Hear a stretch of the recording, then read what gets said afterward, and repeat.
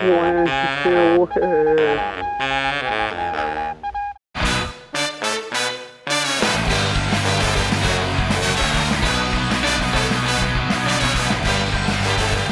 Do we what are we calling this? Why don't we start there? Is it Charlie Afterparty? Yes.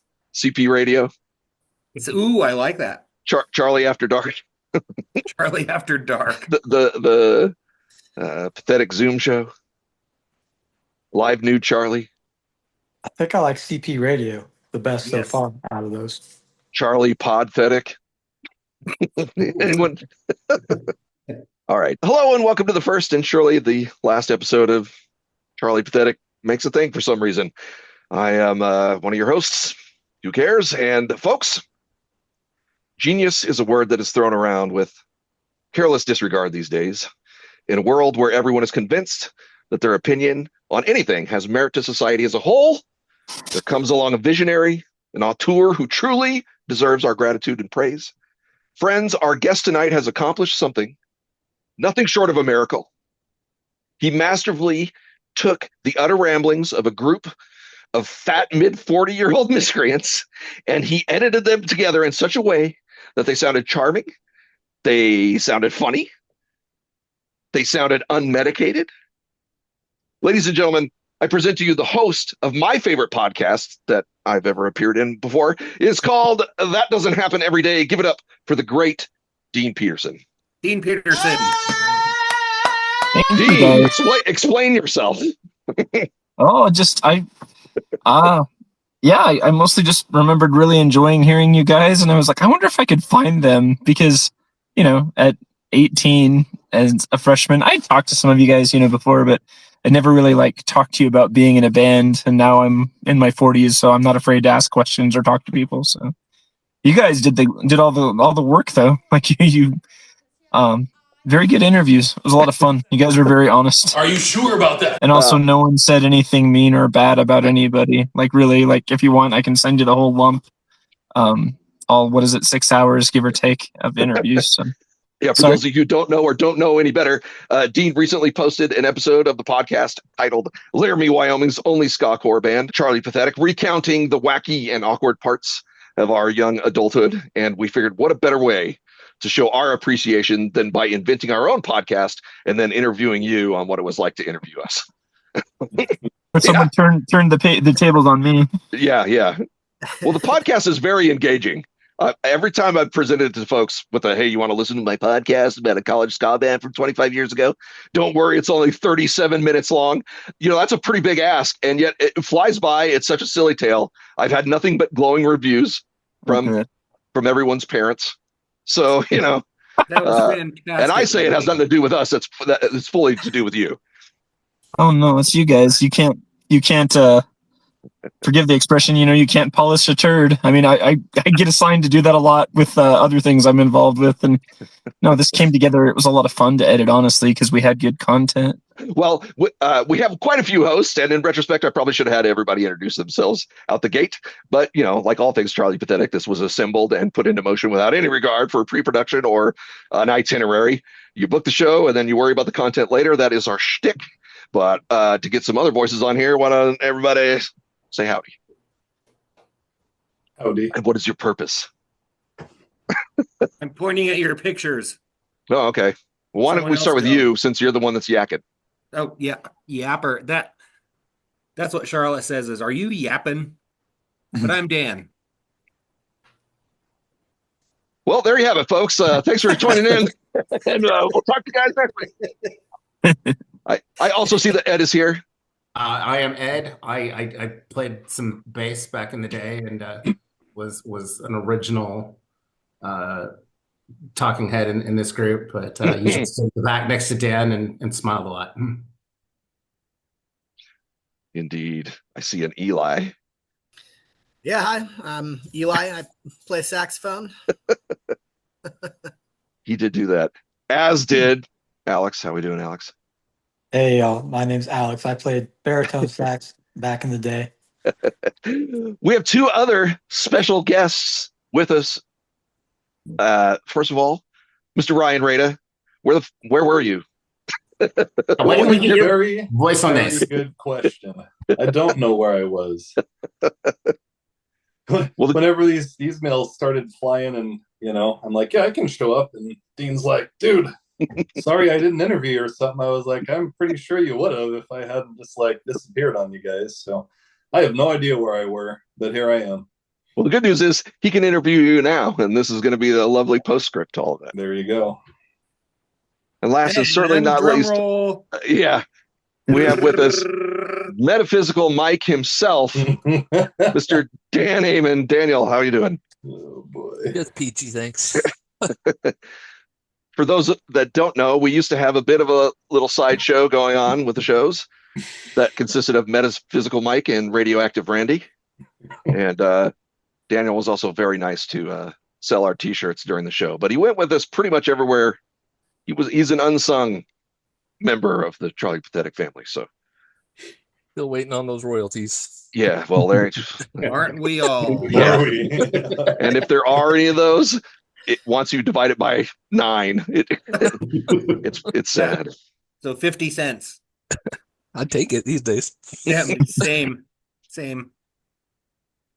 So Dean, let's just pretend that you've got Ryan and or Daniel on the other side of your tape recorder. What were the things that you would have asked these champions of the Titan that is Charlie Pathetic? I guess Daniel, tell me about being, because I remembered Radioactive Randy. I'm sorry, like I don't remember the character you played. Is that what you would call it? I guess. I don't know. I was just Can you trying to tell make us more myself about useful. I was always around, not doing nothing while these guys are having fun. So I was like, how can I really shoehorn myself into this a little bit more? So I just had a odd assortment of things in my dorm room, like American flag I lifted from an elementary school, and Communist Party t-shirt, and a Indiana Jones fedora. So we stuck a paint respirator on my face, and I danced around like a goofball for half an hour or so. Did Radioactive Randy wear a respirator or a gas mask? Yeah, Okay, because I remembered something about a gas mask, and I was like, maybe I'm thinking of a different guy. that was the yeah. And Have you ever heard the Aquabats? Oh yes, I've seen them several times. Oh, cool. Okay. Yeah, I mean, that's kind of the vibe I get, though, is where it's not just the music, it's costume, it's the show. That's cool. We probably stole everything we did. So yeah, there's a dude that just dances around in the Boss Tones. That's his only job. Is I'm a guy that just dances around. So we probably said, yeah, let's rip that off. And Less Than Jake had, the toilet paper roll shooters and Right. Yeah, all of it. Yeah. Yeah, I think that's kind of where we were going with the ping pong balls and that whole Yeah. as well. Funny moment for sure in the podcast. There's a lot of good funny moments for sure. I'm surprised we didn't get fined for stealing construction stuff. Whoops. What? No, I didn't do that. I don't know what you're talking about. What are you talking about? That's right. Well, it was kind of curious that we had, cones as mic stands and giant orange signs as part of our stage regalia. You can get those anywhere. Yeah. We bought them. Yeah, we sure did. I remember, Ryan, you and I talking over a beer at a party, and I said, why aren't you in our band? And you said, well, nobody's ever asked me. And I'm like, oh.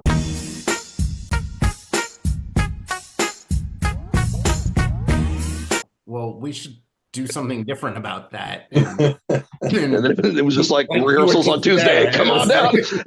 Yeah, no, I mean, that's exactly what happened. Like, just nobody ever asked until we got good and drunk and somebody did ask. And I was like, well, of course I'll be in the band. Why not, right? I remember I went and auditioned to be in like the actual real bands at the University of Wyoming. And I was like, I got this. This is going to be so easy. So I didn't practice, didn't do shit. Go and do my audition there, and they were just like, nah, we don't want you, dude. So I was never in band in college. And I remember I was like, man, I really miss doing that thing. And it's way more fun to do it like in a rock and roll context than being up there on stage in some stuffy concert band too. So totally missed it. And it was an awesome opportunity to get a chance to get back into that scene, I guess. So good stuff. Good memories. Shaving your head out in front of the Sonic Iguana before we recorded. That's a core memory that's stowed away in mine. Although I wasn't the shaver. Yeah. Ed the shaver. Who was the shaver? I think it might have been Sparky. I don't remember.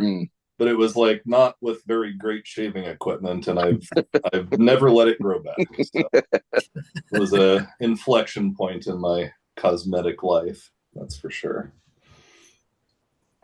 You'll have those Maynard Ferguson chops, though. Yeah, I wish. But hey, man, own it. You had them. Are you still playing, Ryan? Like, I know you play. There's like a little. I don't play any rock and roll type of stuff anymore because, like, boy, you think Laramie's kind of dry for that type of stuff back in the day. You should see what Bismarck, North Dakota's like. There just isn't that sort of thing here, and so not in that, but I do play in the stuffy concert band now, and it's at least something to be able to do. And my kid picked up the trombone, and I keep telling her that she picked like the second best instrument, and she doesn't believe me still, but we actually play together quite a bit. So nice. Yeah, I still bust out the old horn like at least weekly, sometimes more. When did you shave your head? Yeah, why did you shave your head before I mean, why not? Recording? I think was sort of the answer to that.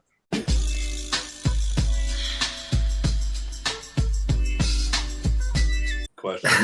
I don't remember if I still like had, it's hard to believe at this point, but I used to have some pretty luscious long hair back in the day. Did you hear what that old guy said? I don't know. I've got a stack of photos somewhere, I'm sure. I mean, why the hell not image was the best reason to shaving my head at that point. I really don't remember what led to it. We had a razor and I had hair. One of those, like a bet. I bet you won't do this. Going back to the podcast, Dean, your process of editing this, I guess here's my question. Like, when you were chopping all these up and editing them, were you kind of trying to say like, this is the he's going to be this character, he's going to be this character, he's going to be this character, and we're really going to tug at the heartstrings with the Al stuff, or did that just happen organically? Yeah, no, it's all kind of who gets in and what goes in is all just based on what soundbite pops. It's, you know what I mean? It's like if you were looking at a ton of pictures, the ones that catch your eyes first are the ones that I keep in. And that's kind of is with the sound bites as well. There is some element to trying to make it flow and trying to build the narrative structure of the story. And so sometimes that's why I put in what I put in when I put it in. But a lot of it is like, hey, does this pop? Does this come out? So that's kind of how I do it. I still don't have it to a science. Like, it's one of those things I assume music's like this. The more you do it, the less you know. Like, the more you're like, you start to know what you don't know. And that's where it gets interesting. I actually, I sent one of the episodes of the podcast, unfortunately not about Charlie Pathetic, but there was a guy from Cheyenne who got an Oscar for this documentary. And I've been bugging him again about, dude, like, I went to film school, but I don't know what I'm doing. How do I do this? And he was like, you just need to watch way more films with a critical eye. Like, but I don't know. That's just kind of how it goes. I think is the deeper you get into something, the deeper you go. So I know at the end of our sort of hour-long talk, we definitely got into creative process and all of the kind of, I don't know, we were waxing philosophical about all of that. And I remember you saying like, well, why would you, how did you get this band together? Why would you put this together? And I'm like, you're the dude with the podcast. Like, what's going on. Like, you just do, there's something in your brain that says I make podcasts, and then you do. But I wouldn't tell people you don't know what you're doing, because it sounded like you do to me. Well, I appreciate that. Do you guys ever find it's kind of like having a girlfriend? Like I'm saying with a podcast or with music, you love it and you need it, but there are times you hate it too. Like, you get frustrated with it though as well. Did you hear what that old guy said? No comment. what you just said right there was like totally Charlie Pathetic lyrics. Mm-hmm. I think you better write that down. Because I definitely want to quit podcasting sometimes. I'm like, oh, this is too hard and I have a day job. But then it's like, yeah, but there's that story that you think is so cool and you want other people to be able to hear it. So you go back and put out another episode. So how have you been like churning ideas or like going out on like where you talk to a crazy lady at the store and she's like, I used to see the Blue Witch up there. And you're just like, can I talk to you for like 20 minutes with a microphone in your face? yeah, I don't know if you guys do this. Like a lot of you are saying you have kids. My oldest one's 13. And so he's like, why are you always talking to people? And that's one thing I like about Wyoming is you can kind of just talk to anybody. Like people here are pretty friendly. And then the stories start like, there's one we did on the haunted library, which I think there's something going on in Green River. They built their library on the side of an old cemetery and they legitimately didn't get they tried, but they didn't get all the bodies exhumed. And I was talking to someone about it at a soccer game, and this other kid's mom was like, hey, I don't mean to interrupt you, but you should talk to Mickey. You know what I mean? That's just how it is. And that was in Cheyenne, but she knew who to talk to, and she gave me her number, and sure enough, Mickey gave me the interview. So that's a fun thing is how approachable people are here. And there are a lot of people here who are very into history, but it's not the book kind of history. Usually it's my grandpa told me this, but when I go and investigate, lots of the time, Grandpa told the truth, and that's cool. Yeah. I was gonna say, I really appreciate like having kind of your third party amalgamation of what our band was to you and the story. Like I handed it off to my 14-year-old, and I was just like, hey, your dad was kind of fun once, like Nope. I got some dad skills or whatever, but like, here's kind of some things I did. And so she's been super into, punk rock and ska and trying to figure out all of that and loves having like some of the shirts and whatnot, but actually hearing the story that wasn't just me. Yeah. Like, she really liked hearing it. So The proof is in the pod. My kids like watching these reaction videos. Do you know what I'm talking about? Where they'll take a Navy SEAL and watch a war movie. Yeah, maybe this is just an idea for you. I don't want to, but yeah, if you want to do another episode, maybe you could play your music for your kids or nephews or whoever, and you could play the podcast and get their reactions. I don't know how reaction videos work. I don't understand the market, but it's an idea. They'd say, wow, you're really sticking out your gyat for the Rizzler. This is so Phantom Tax. This is so skibbity. Did you hear what that old guy said? And I'll be like, great. Touch grass. This is really Ohio, Dad. My son's 13 and he plays the double bass in the school band, but now he got my old electric guitar, and of all people, it's our church guy. We're not like a fun church for people go and play music, but our church guy has been teaching him to play the White Stripes, and he's getting good at it. And what's cool is like he didn't know what he was doing at first, but like he doesn't quit. Like he'll be in his room grinding away on Seven Nation Army over, and he's getting better. And then he heard you guys, and he was like, "Whoa, what are they called?" And he put you guys into, I think, to his Spotify. Are you guys on Spotify? I don't know. He makes it a point because sometimes I hear him down in his bedroom listening to you guys, and now he's trying to start a band. I think it's going to be more punk rock, but I mean, it's cool how you guys have an influence. Like you say, Ed, there's something about like they just think we're old that we had no previous life, Absolutely. We're just parents. Oh gosh, tired and grumpy. I think there's a special time in every dad's life when they have to go, son, don't listen to this Charlie Pathetic stuff. It's ill-advised. And I would blocked. I will say it wasn't very ska-y, I will say.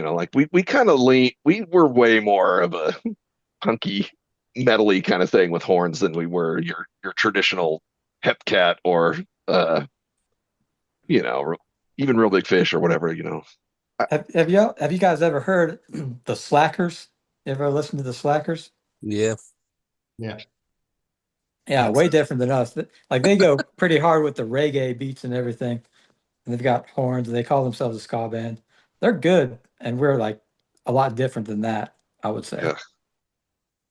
It was more rock and roll, but but with the to be horns in it. fair, though, ska was kind of like a dirty word. Yeah. Yeah. We were there like, oh, ska. It's like, no, like we can be cooler than that, I promise. And like I don't know. Remember talking to, when we're in the studio and they're trying to like track out the click track for us. And like, what do you mean you have another tempo change in this song or whatever? Trying to go through that with them. And it's like, well, I don't know, man. It's just kind of how. Yeah. This is the slam section. This is like the goofy ska section. This is like where we go 100 miles an hour. You're right. Like the click, that was kind of a curious thing during the recording, was like trying to figure out how to do, the 3 or 4 changes. And kids, this was long before the Pro Tools and all of the things. Like this was being tracked in real time on VHS tapes. Yeah, on ADATs, the worst of all recording mediums for the worst of all recorded band. So it all worked out perfect. We are the ADATs of ska. That's the thing I'm gonna put on a shirt. Speaking of which, Ed had just sent out a picture of. I forgot this is another thing that didn't make the podcast. Is we had quite a lot of merch. There was like a T-shirt dude there in Laramie that made several different. We came up with several different designs, and we had pins and stickers and all of that shenaniganry. So that was another enterprising thing. When I listen to that thing, I go, man, we were like an ecosystem. We were not so much a band as we were entourage. And where we went, it was all of us plus a girlfriend or two and a friend or two. And that was a gang of 15 or 20 people. Wherever we went, we were the scene, baby. But 100%. And then you throw in, like, we made good friends with like the front and sure. and other people that actually likes hanging out with us and go out of their way to do so. And the after party was instantly a party because we showed up, and so there were enough people. Yeah, but it was fun to like have our own scene. Well, even if it was just our group, but nothing attracts a crowd like a crowd, right? Dean, we had befriended a junior high school band in Casper called 4131, and these were the punkest little rapscallions you'd ever seen. And their parents too. Oh yeah, they probably all had like meth charges before they like finished their sophomore year. Like, but we got them to come down and play. They played at the Mini, didn't we? We got. Yeah. I want to say we got them down. Absolutely. How often would we have shows at the Mini? Because I think isn't that how we paid the rent for the Mini? Yeah, we never paid a lot. rent. I think like pretty much every weekend. Yeah, it seems like it would be, if not every weekend, like twice a month. There wasn't like a punk show that like Yog Sothoth dudes were doing metal shows, and unfortunately we tried some like DJs and some shit like that, which really sucked ass. Like those people really trashed the place, but. I don't remember that at all. Yeah, I don't remember that. We had a couple DJs. Like it was the only time I went in, and I caught people like they had like been taking knobs off the board and throwing them around the room and stuff. Like, yeah, that's right, because it was your PA. Your PA would like crap out all the time with the mics too. We'd have to like bash on it with something like, "Come on, baby," and then the mics would come back on. And you're like, "Oh yeah." It's too hot. Pour beer on it. Yeah. I did like it to have all the knobs, I guess, but yeah. and like Ed had mentioned in the show too, like the cops didn't. Sometimes they would come around, but for the most part, they just let us do our thing. I think the deal was that garage was located in business zoning, so there was no noise ordinance. Right, so and we were down there by the tracks. It couldn't have been. Yeah. Just make a ruckus. Yeah, we actually don't for the people that own that house. Like, why did they let us do that? I don't know. That guy was cool with it because they lived. Yeah, he was. Like, yeah, he was like, "Yeah, this is great. I love it," and didn't care. Yeah. I mean, he cared, but he was like, "Yeah, if you're not respectful of his stuff, like nobody ever." We kind of had that. Like, remember that? Like those Church of Satan dudes that always show up, all the big bodybuilders, and like. hang out, and like nothing ever got out of hand because we'd just be like, "Hey Joel, like go fix this for us," and you'd just be like, "Yep." Oh, who was that guy? I don't Well, remember that part, but I should have had this in the. Tell me more. Yeah. So Ed, well, Church of this is the stuff Satan we and bouncers. forgot, like, we had, so Laramie has, or at one time had like a pretty big branch of the. Was it the Church of Satan or the Satanic Church? I don't know which is Probably which. Satanic Temple, I would think. That's Okay. it. It was, Whichever one the atheists are. Satanic Temple. yeah. Okay. Yes.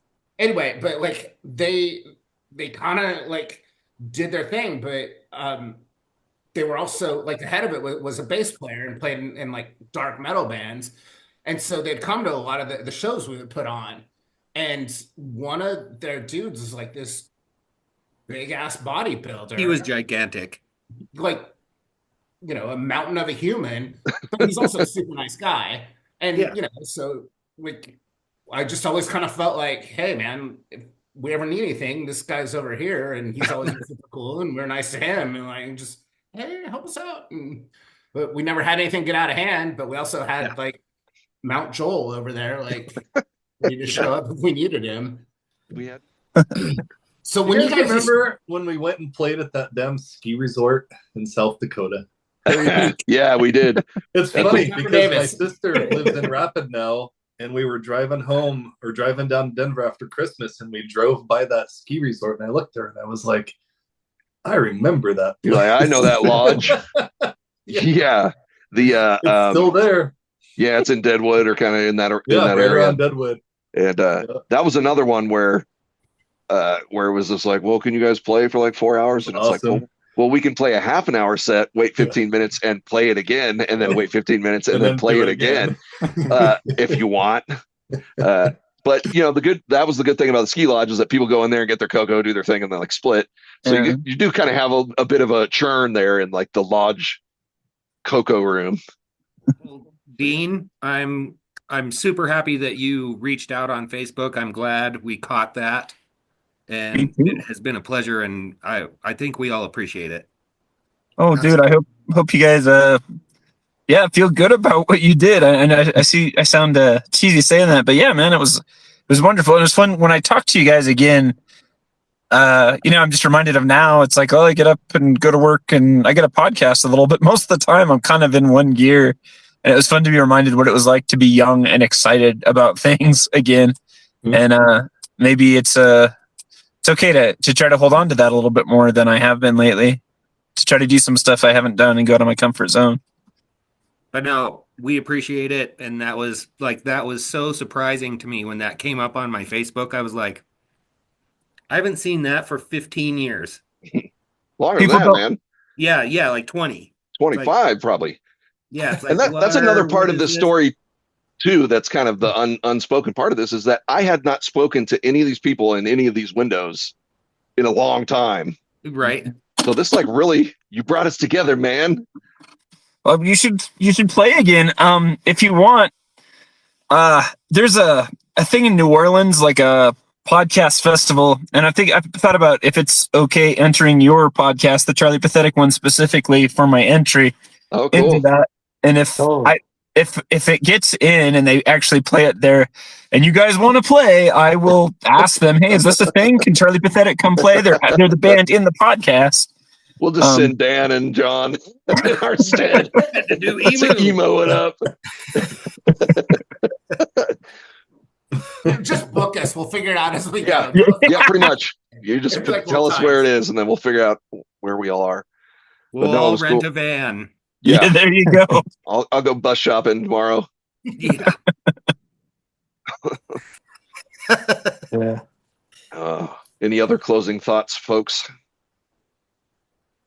No, I think we're all very. We've said it. All has been said. Yeah. The final word with Boney Spice was filmed in front of a live studio audience. Thanks for doing this without me, assholes.